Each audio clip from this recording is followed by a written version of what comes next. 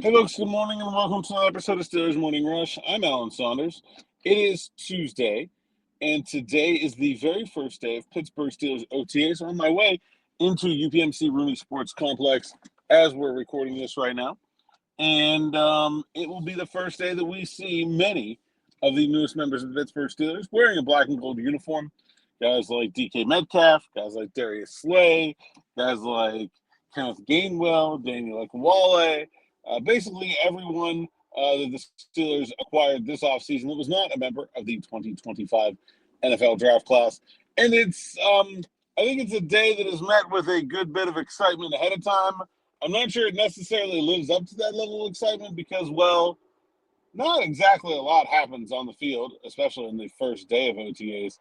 But let's run down what I am looking for today as the Steelers get together as a full squad for the first time in the 2025 season, or should I say, will the Steelers get together as a full squad for the first time in the 2025 season? The Steelers generally have very good attendance at OTAs, but these are, of course, strictly optional. No one has to be there, nor is there any punishment for a player not being there. The Steelers this year decided to cut down from the maximum number of 10, which they have usually scheduled, to only scheduling 6 of these. Now, I don't know, but that could be a way to try to ensure high player participation. We shall see. But how many guys show up and which guys show up will definitely be interesting. How many in general is interesting, but also will a player like TJ Watt, who has been, the Steelers have been open about talking about a new contract extension for him this offseason. Will he be there? And if he is there, will he be participating? I still remember him not participating the first day of OTAs the last time he needed a new contract in 2021. So that's definitely something we'll be watching for. Obviously, we're watching to see if Aaron Rodgers shows up. I'm not expecting him to, but we'll keep an eye peeled. The rest of the quarterback position, I expect, will be, pretty boring stuff. Mason Rudolph, Will Howard, you know the drill. Some other players that I think have something to show this offseason. I broke down in a story this morning at SteelersNow.com, but I run them down here pretty quickly. Roman Wilson, he looked healthy at the end of last season when he finally got back to practice in January. But uh, can he win a job? Can he be a positive contributor to this offense as something more than, a wide receiver 4, which is kind of probably where he's currently slotted on the depth chart? Obviously, you're not going to win a job in OTAs. You're not going to win a role in OTAs.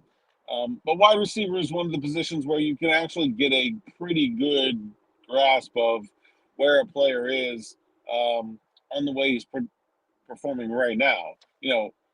Obviously, an offensive lineman, they're not doing more than 10% of their job. Wide receivers doing almost all their job. The only thing you're not really able to judge is their blocking and their ability to break a tackle or something like that. And Roman Wilson's a very good blocker, so that's one area I don't really have any concerns about. On the same token, the other side of the ball, cornerback, you can also learn a lot from. And certainly it's a big year for Joey Porter Jr. I think he needs to step up and really take that number one cornerback job. But, I don't expect to see a lot from him or Darius Slay in this setting. In the slot, though, could be very interesting. Who is the guy that gets those first slot reps? I think that's going to be worth noting. And then what does the game plan look like for Beanie Bishop if it's not him? Does he have a chance to win this job? I know Brandon Echols was brought in nominally as a slot corner, but he hadn't played there very much. He doesn't look like a great tackler. I'm interested to see what happens there. Um, and then, I want to get a good look at DK Metcalf, staying with those two position groups, and just how the Steelers are going to use him. Is he going to be much like George Pickens was, that sort of straight X receiver outside all the time, go balls down the field? Or are we going to see them move him around the formation a little bit? I think if he truly is their number one receiver, um, the way that will be shown is by his ability to do all of the jobs and not just one of the jobs. And so I'm interested to see how that goes. Um, I talked on Friday about wanting to see Jalen Warren this year. I don't think we'll see a lot from any of the running backs at OTAs. It's not a position where you learn a lot from. Offensive line, there's two guys that have a lot riding on this season, and that's Trey Fautano and Broderick Jones, both for them individually and the team, considering how much they invested in those two players and how much of a part of the team's overall rebuild strategy they represent.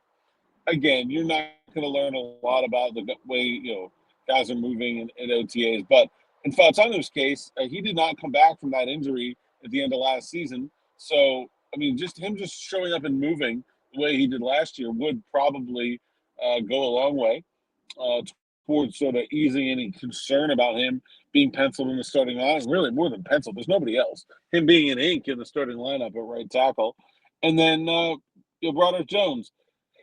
Look, I don't. I'm on the record. I'm not sure that this move to left tackle is going to make him a better player. In fact, I think it might expose some of his weaknesses to a greater degree. But again, they don't have a backup plan, so he's got to look the part pretty quickly over there, or the Steelers are going to have to find something else because I think this experiment could go poorly. And then, what's plan B? Is it switching them back, moving Jones back to right tackle and Fazzano to left tackle? Is it bringing somebody else in? I don't know. It's not obvious right now. So, look, if Broderick Jones wants to be the left tackle, and I think he does, and they want him to be the left tackle, you better look good out there. Pads or no, footwork's important, hand placement's important. You can see those things. And then, I was trying to find a player, in a different position. I think Peyton Wilson, first of all, who is that first inside linebacker next to Patrick Queen?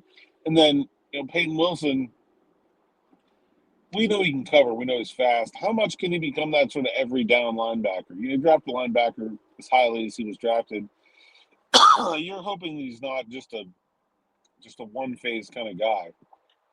And so I think him turning into that player this OTA is a good start.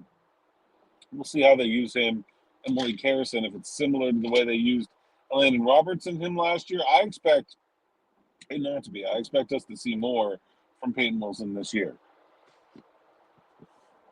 Other than that, I've got some other things I'm looking forward to. I'm looking forward to seeing some guys I haven't seen all offseason, getting to chop it up with guys like Cam Hayward or Pat Freiermuth, who I haven't talked to about some of the things that have been going on this offseason. I want their opinion about what, if any, changes were made in the strength and conditioning program. I think that's something we need to talk about. Why these OTAs are shorter, and the ongoing discussion as to whether OTAs should exist at all. The NFLPA has been against them, pretty steadfastly. There was a proposal floated last year to move them to just before the start of training camp. See if that gains any traction, and then Aaron Rodgers.